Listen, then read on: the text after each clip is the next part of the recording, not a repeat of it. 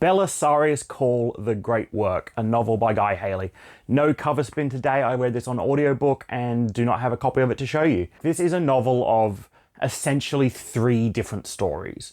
The first of which is the story of the titular character Belisarius Cawl. Probably the most hated, or at least the character that has generated the most hate in Warhammer that I can think of. Just in the fan base in general, not really in the novels, due to his introduction of the Primaris Marines, which, after a bit of a bumpy start, I think have been a very, very positive impact on not only the stories and the lore, but also on the models and the game itself. But I will leave those arguments aside, and I'm sure some very civil individuals in the comment section will let me know how wrong I am about that. But yes, the first story we follow is the story of Cawl, the story of how Cawl became who he is now. We know Cawl now as this larger-than-life, eccentric tech priest, this tech magos, this genius of the cult Mechanicum. He is despised by, it seems, half the Mechanicum and revered by the other half. He is who you think of when you think of the head of the Adeptus Mechanicus. He's not the Fabricator General, but it's who most people probably think is the Fabricator General. Belisarius Cawl is not one to shy away from the use of heretical technologies or exploring Xenos tech.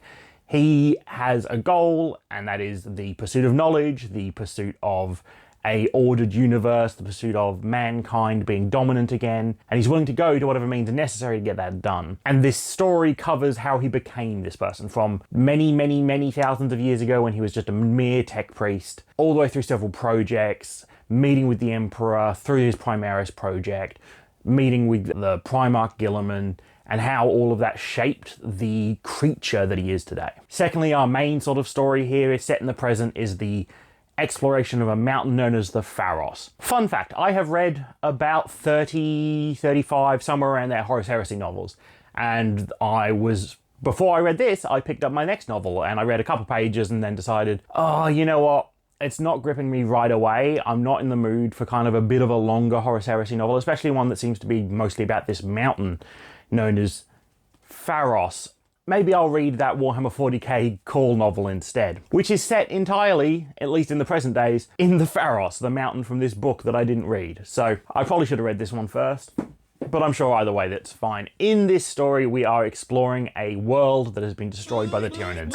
It was the home planet of the Scythes of the Emperor, a chapter of Space Marines, and the Scythes themselves failed to defend this planet, and it turns out their chapter monastery is built on top of a Necron artifact, a Necron computer with something going on inside it that is causing strange phenomenons. Cawl is desperately interested in this phenomenon, is desperately interested to get inside this Necron world and to find the information about it, because he believes that via the use of beacons such as the Pharos, he might be able to use all the Blackstone there, might be able to use the knowledge there to close the Great Rift that has split the universe in 2. And then the third story really follows the Scythes of the Emperor. It follows how they were corrupted into losing their planet, what happened, what betrayals took place, and it is the story of these few remaining Firstborn Marines, the last of their kind within the Scythes of the Emperor, protecting a secret so that their new Primaris brothers never need to know about it, never need to have the shame of this secret upon them, and them trying to do honor to their chapter and to themselves with what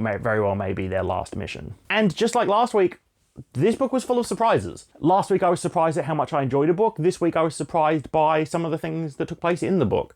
This is my first time I've read a book with Belisarius Cawl in it. So while I know of the character and I know of some of the things he's done, I've never known what he's like and who he is, basically. And I was really expecting the sort of stereotypical tech priest that we see in a lot of other novels from Black Library and a lot of the lore. Sort of the hunched over, doesn't really care about humans, only cares about the tech stuff, doesn't let his emotions play up on him, doesn't show any emotions, barely has recognizable human tics or anything like that left.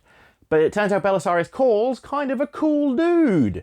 He's much more human than I was expecting, which jumps right into the first thing that I really like, and that is Cawl's character here. Right off the bat, I was a little bit worried because I was like, oh no, why is Cawl this sort of cocky, sort of charismatic character? That's not who I was picturing. But as the book went on, and especially through the past timeline as we learn about him and learn how he got to this stage, it all really works really well. And we do end up with a leading character who is charismatic and interesting, who has goals that make sense, and who has this intelligence behind them that you can tell. And part of that is coming from just sort of the cockiness. You know he's intelligent because of how cocky he's being in the face of clear danger. So you know that there's a plan, you know that there's plans within plans within plans. And it works really well here. Guy Haley is always a fantastic character writer. In his Blood Angels books, Dante is written as a fantastic character here. Belisarius Cawl is written as a fantastic character. I think it's probably Guy Haley's strength is character work, and it really shines in this book, at least for Belisarius Cawl. The next thing that surprised me, and another thing that I liked, is this book is full of flashbacks. And I have often on this channel complained about a book having too many flashbacks. And the first time I got to like a fun cliffhanger I was excited to continue with, and then got interrupted by a flashback for like 15 to 30 pages, it was fine. But by like the 20th time that happened, I genuinely just put the book down and groaning. I sometimes feel like if you're just going to try and explain every point with flashbacks, then you probably should have just told it in a more traditional narrative, you know, started in the past and then moved into the present. There's been books in the past where it just seems like every time your protagonist gets into an issue, there's a flashback that explains how they can get out of it.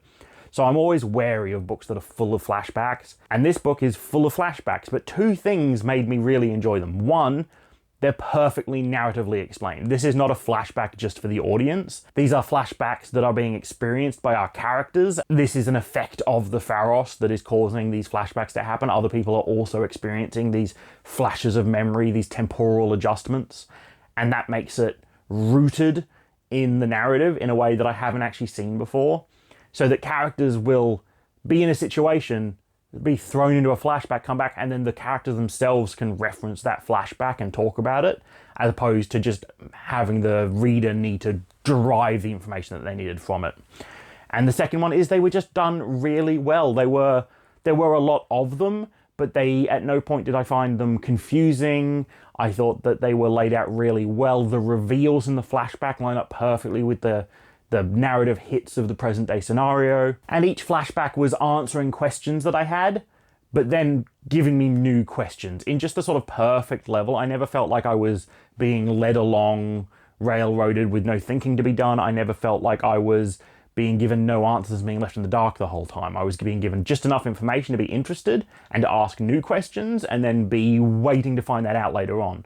But with the sort of confidence that I would find out, because so far the book had treated me well. So yeah, this is perhaps my favorite example of flashbacks that I've read in a very, very long time. What else did I like? This is a rather action-light Warhammer 40k book. Most Warhammer 40k books are full of fights and actions and battles on most of the pages. And look, that's not to say that's not true here. There is quite a bit of action when it takes place, but there are long passages without action that are more about the sort of cerebral side, the plotting, the character work, and that was done really well here. At no point in this book did I feel bored. I thought the pacing was really excellent. And Guy Haley's writing and prose continues to be excellent. He's not too flowery, he's not too stark. He kind of grabs just that right grimdark feel for the explanations of the world around us and for the explanations of the people, and that worked really well. There are a couple points that I wasn't a huge fan of though. The first one is I went into this, and this is another surprise, I went into this expecting a Ad-Mech book, you know, an Adeptus Mechanicus book, along the lines of something like Mechanicum or Titanicus. But really, this has Belisarius Cawl at the heart of it, but I feel like most of this book is a Space Marine book. For the most part, we follow Felix, one of the praetors of the Ultramarines, as he accompanies Cawl. And Felix as a character is rather dull, which, you know, Ultramarines are boring, ha ha ha ha ha. But I feel like he could have been a bit more interesting. He could have played off Cawl a bit better. Their dialogues together were very one-sided, which makes sense narratively, but made for Felix to seem kind of naive and to seem a little bit slow. And while the Sides of the Emperor sections are some of my favourite bits of the entire book, it doesn't take away from the fact that I was really expecting more Ad-Mech stuff. We really only have a few Ad-Mech characters here. They don't really interact that much with each other, and we don't really interact with the culture or the cult Mechanicus in really any way. And I was hoping for more of an exploration of the cult Mechanicus. I'd love a Belisarius Cawl book where he deals almost entirely with other Mechanicum people, so you can see that relationship that he has with the Mechanicus, where some people love him, some people hate him, and that sort of thing. But that wasn't really present in this book. Secondly, it gets touched on a little bit, but there is a really good opportunity here to explore the relationship between Primaris Marines and Firstborn Marines. But in this book, we really only explore that from one side. We explore that from the side of the Firstborn Marines with the new Primaris brothers coming in. And it's not explored very deeply. It's dropped in favor of the story that the Sires of the Emperor are telling in this book, which is fine. But I felt like it would have been a very good opportunity, especially because very early on, we introduced as part of Felix's retinue a Primaris brother from the Sires of the Emperor. And then he just kind of gets dropped from the story. I thought it would have been a fantastic opportunity to spend quite a bit of the book with this Primaris brother who knows nothing about the mission that the Firstborn are on, that knows nothing about the fall of the world, that doesn't know what this shame that's hanging over them is, interacting together. So you've got the Firstborn Marines that have to hide this stuff, but also have to begrudgingly accept that without the Primaris Marines' help, that their chapter wouldn't exist anymore. And then you've got the Primaris Marine who wants to prove themselves to the Firstborn Marine, that prove that to their chapter master that they are a real Sires of the Emperor and that they can be trusted. And that storyline I was really excited for when we introduced that Primaris of the Emperor, but it kind of just doesn't go anywhere, and that was a little bit disappointing. Look, overall, I think Belisarius Cawl, the great work, is good but not great. It's not offensive in any way. There's nothing here that makes me think it's a bad book. There's nothing here that makes me think that I regret reading it. I did enjoy my time quite a bit, but it's not earth-shattering. It doesn't move the lore forward in any big way. The characters themselves, while fine, aren't amazing beyond belief or anything. So out of 10, I think it gets a 0.0110111. But a final surprise, I think this is the fourth surprise of the video, was as I was getting ready to do the video, I realized that this was a bingo book. Bring up my bingo board. This is R-Fantasy's bingo. The rules are that it has to be a speculative fiction book, it has to match one of the writing prompts, and for me, I'm also making sure that it matches one of the hard mode writing prompts, as well as reading and reviewing it before the end of March 2025. As you can see, we're doing pretty well now. We've kind of doubled down on it, and this one, surprisingly, hits the multi-POV square, which for normal mode is only 3 characters, but for hard mode is 5. And as I was thinking about what books might fit this, I thought of this one and I thought of the obvious. There's Cawl, there's Felix, there's Thracian, there's Ezekiel Sedain, but also, for a very brief moment, there's Brother Tylophus, the Scythe of the Emperor Firstborn Marine, who is standing on the wall and experiences a flashback. And we experience it from his point of view. He's a point of view character. It's maybe 3 or 4 paragraphs, but he's in there. So that's 5 point of view characters. So I'm slotting Guy Haley's Belisarius Cawl, the great work, into multi-POV. And there you have it. This was a really good book. I actually read this based on a poll that I put up. Bring up the poll. As you can see, this was the lowest rated book on my poll, and I read it anyway. I can't really explain why that happened, but it did. So I'm going to jump on and read some other Warhammer 40k books, and I will have reviews for them coming out soon. In fact, I am currently reading on audiobook Lords of Silence by Chris Wright, which has been absolutely outstanding so far. It is rivaling Aaron Dembski-Bowden's Chaos Space Marine works as some of my favourite books based on Chaos Space Marines. So I will have a review for that one coming up soon. And I am also reading The Broken Crusade, which is the brand new Black Templars book. And I'm about 3/4 of the way through that one as well. And I will also have a review for that one coming up in the next few weeks or months or so. So if you want some more Warhammer 40k content, I have a playlist in the corner, Pachow.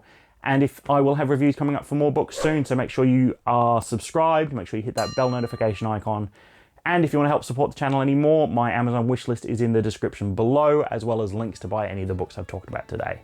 But most of all, just thank you so much for watching, and remember to keep reading.